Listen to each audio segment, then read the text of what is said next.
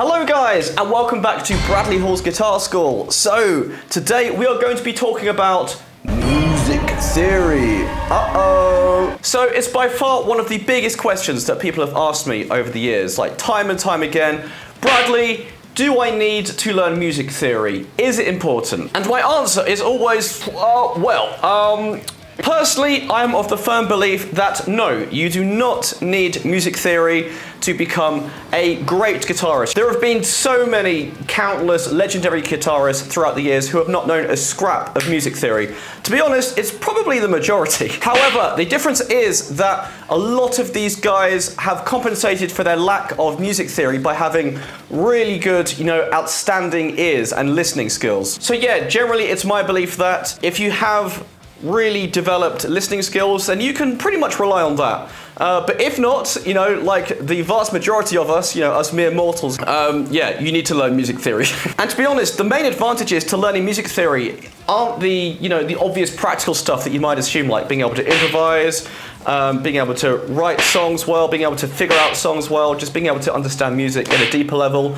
I mean, that's all super helpful, of course, but in my opinion, the greatest advantage to learning music theory is just being able to communicate properly with other musicians and to be able to speak the language. And that's what we're going to be looking at today. So we're going to be having a bit of fun, right? I know we don't usually have fun, but yeah, today we're going to be, just letting our hair down and chilling a bit and watching some, pretty famous clips of well-known, iconic guitarists looking a bit silly on camera by not knowing music theory and explaining things in pretty dumb ways, which I think is quite entertaining. And what I'm hoping is that by the end of this video, you're going to have some greater incentives to want to learn music theory so you don't look as silly as these famous guitarists do, when put on the spot about music stuff. So let's get into it. I notice you're bending the notes quite a long way. You've got your strings very, very slack, it seems. Yes, I do work with slack strings. Not as...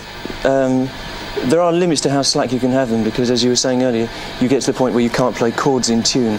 But I like them fairly slack so that you can push them up a long way, because that's a very important thing about an electric guitar. Mm-hmm. So how high can you push those? These will go up about a fifth. This particular string will go up a fifth or so. This is...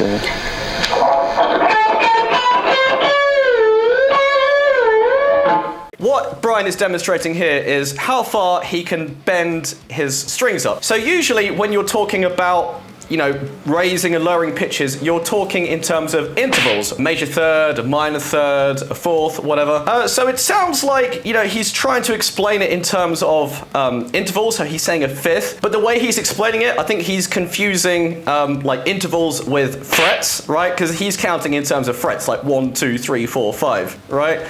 But that is not the case. He's not bending up a fifth. If he was bending up a fifth, that would be fucking insane. I don't think anybody could bend up that far unless you had like fucking microscopically thin strings. But what's even weirder is that he's actually bending up a major third, right? Not a fifth. The actual interval is a major third, which is actually 4 frets, 4 semitones. So that doesn't make any sense why he said 5 unless he's including like the note that he starts on. Brian May, fucking legendary guitarist, one of my all-time favorites, but yeah, this is complete nonsense. So, staying on that subject of intervals, next up we're going to look at another guitarist who gets a bit confused over this subject. My personal favorite, Marty Friedman, from his very famous melodic control video. Let's check it out. So you can take the D sharp and bend to like even a major third, go all the way from a D sharp to an F sharp, and you get something like this. So in this little clip, he's explaining that he's bending up from a D sharp to an F sharp, and that it's a major third, which is quite wrong. He's actually bending up a minor third there, it's only a tone and a half. I think he's just getting a bit confused here because he's originally was talking about being in the key of D. And hit an E natural over the key of D. So yeah, it would be a major third in that instance, but I think because he's using a lot of like outside notes in these clips. He's getting a bit confused with like the intervals and stuff. So I don't know, honest mistake there, but yeah, still a bit silly. If you'd like to learn more about all of the concepts talked about in today's video and unlock access to my entire archive of guitar exercises, masterclasses, and song lessons, then click the link in the description down below and get started at Bradley Hall's Guitar School with a free 7-day free trial on me. Let's stay on this same lesson and watch another clip from it. And you can make them up yourself. The way I came up with this one scale, which it's got some name, you know, harmonic minor or something like that. I just heard a chord and I played notes. So I came up with something like this over like an A chord.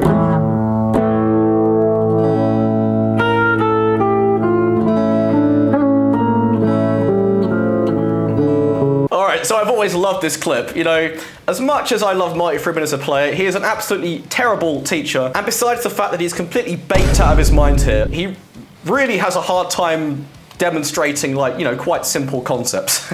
So he talks about like making his own scales up, right? Which is, you know, a pretty cool concept in theory, but really there's no such thing as making up your own scales, because every scale that has, you know, some sort of reasonable use definitely already has a name and some sort of function already, right? It already exists. So I think what he's actually talking about is, you know, the process of discovering all of these like scales and chords and stuff like for yourself during your journey as a guitarist while you're learning, and then, you know, later perhaps like putting names to them and sort of like realizing like, oh, this is that thing that I figured out by myself. I think the biggest mistake a lot of more self-taught guitarists make is like not bothering to find out the names, you know, the proper names for these concepts and things that they find out and discover, and just going through your musical journey always just like, oh, I don't really know what the names of these things are, I just figure them out myself and just use my ear. Obviously this is totally fine if you only ever play music with yourself on your own, you know, just living in a little bubble, but as soon as you have to like step out to the real world and collaborate with other musicians, it's not particularly useful and practical to be like this. It's definitely helpful to actually understand what the names of these things are that you've learned, okay? And for anyone wondering, what he's playing here is just simply a Phrygian dominant, which is the 5th mode of harmonic minor. So he was kind of right, like he knew like it has a harmonic minor sound, but it's, you know, not completely the right context. Next up, we're gonna be looking at this awesome clip of Matt Heafy of Trivium playing some guitar with Matt Tuck of Bullet for My Valentine. Let's check it out.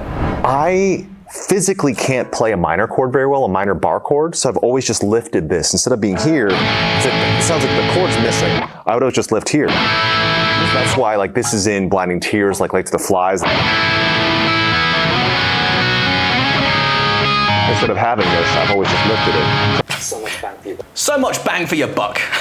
Oh, this is one of my absolute favorites. I love it so much. So I just can't fathom how you can be a band as big and prolific as Trivium, who have written, you know, so much music over the years, but not know something so basic as what a fucking sus2 chord is, right? It's literally all he's demonstrating in this video by saying, oh, I've figured out this thing where, you know, if you just, I can't play minor chords. If you take away the minor note, you get this really cool, like, new sound that we made up. And what he's explaining is just like one of the most basic, fundamental chords in Western music, just a sus chord, right? Which is where you just like take the 3rd and get rid of it and replace it with either the 2nd or the 4th to make a sus2 chord or a sus4 chord, which creates this cool sort of like suspended sound, which is what sus is short for. So yeah, Matt, congrats on figuring out something you should have learned like within the first few months of learning guitar.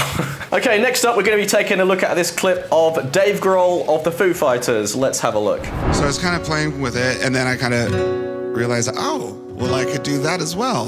What's that chord? No clue. Don't know what it's called. Don't know anything about guitar. I realized you could sort of that, Mr. Grohl, is simply just a major 7 chord, which is where you take a basic major chord of the root, 3rd, and 5th, and just add in the major 7, which is just like a semitone below the roots. It's a very lovely chord that creates a bit of like a almost melancholic, like beautiful dissonance. And I will say one thing that irks me about this clip, and a lot of other musicians who don't know theory and just rely on their ear, they sort of like wear it as a badge of honor, and they're almost a bit sort of like, I don't know, a bit cocky about it.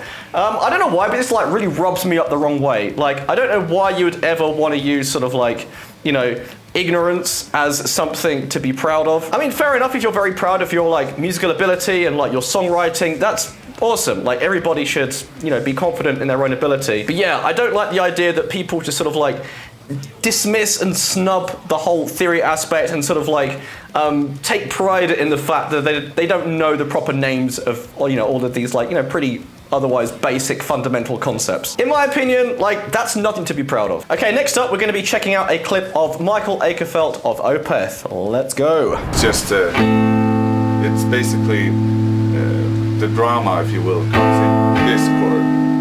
So that helped me to write a pretty interesting vocal line. And what chord is that? I don't know what chord was.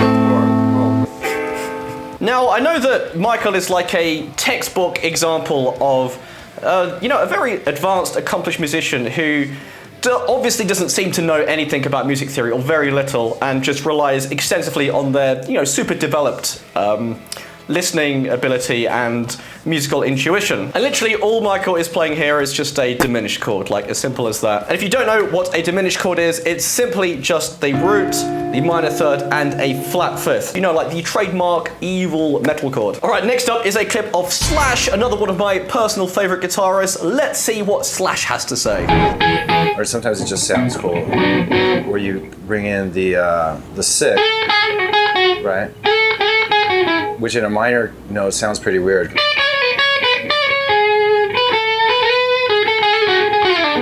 Alright, so what Slash is talking about here is simply just using the Dorian mode, right?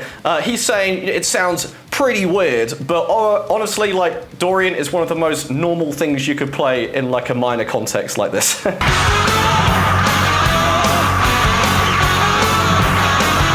So if you're not aware, Dorian is simply just a regular minor scale with a sharp 6. So you take the regular minor 6 and just raise it one semitone. And what's cool about Dorian is it's one of those modes where you don't really have to use it in like the proper context. Because honestly, if you're just playing in a regular minor, like bluesy or hard rock context like Slash is most of the time, then you can just use Dorian as just a straight up like brain dead replacement for like the pentatonic or the minor scale, or like blues scale, whatever. So yeah, it isn't some like weird abstract thing like he's making it out. It's like a really, really common thing that people have been doing for years. Like as far back as like David Gilmour used Dorian all the time, right? So yeah, use that as a bit of motivation. You could be like the most famous electric guitarist in the world, like Slash, and not know something as basic as like, the Dorian mode. All right, lastly, to end on something more positive, we're going to be checking out this really awesome clip of Eddie Van Halen. Let's check it out. My mom had put us in these contests. You practice one piece of music all year, and the funny thing is, I never learned how to read music. And I fooled the teacher. I was just blessed with good ears. I'd watch his fingers and emulate what he did. He didn't find out till much later that I couldn't read. He actually found out one time when he was playing a new piece of music, and he asked me to turn the page for him, and I'm sitting there going... I just think it's really reassuring to hear something like that when you're learning, to know that one of the greatest guys ever to pick up the instrument, didn't know how to do something as basic and fundamental as just read sheet music, right? Especially on an instrument like guitar, where it's not really essential to read music anyway, right? And everything is more just about shapes and patterns rather than just like reading a musical score like piano is. Like when learning piano, for example, you absolutely cannot learn like that. You have to learn to read sheet music as you're learning to play the instrument. You can't just like rely on shapes and patterns like you can on guitar. But like I said earlier, I would highly recommend to not use that as an excuse to, not bother to learn music theory, right? Because if you ever want to step out of your bedroom or your studio and collaborate with other musicians, or like make videos together, gig together, tour, whatever you want to do, it really goes a long way if you can communicate the language of music with other people, instead of having to like second guess things and having to rely on your ear to like pick up what other people are doing. If you can speak the language to each other, it's going to cut down your learning curve like a ridiculous amount. Let me know in the comments, what your relationship is with music theory. Do you know music theory? Do you want to learn it? What do you struggle with? I would love to know so that we can help you get over these hurdles in future lessons. And as usual, if you'd like help with your theory and your guitar playing in general, then please don't hesitate to sign up for a free 7-day trial at Bradley Hall's Guitar School at the link in the description below. Cheers, see you next time.